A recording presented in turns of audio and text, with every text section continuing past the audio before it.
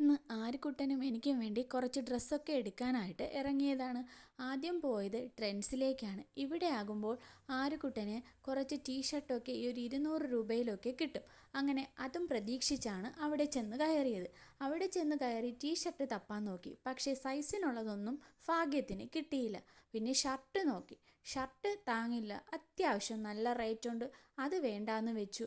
അതെടുക്കുന്നതിലും ഭേദം വേറെ വാങ്ങുന്നതാണെന്ന് കരുതി. അവിടെ നിന്നിറങ്ങി നേരെ പോയത് ടോപ്പിൻ്റെ സെക്ഷനിലേക്കാണ്.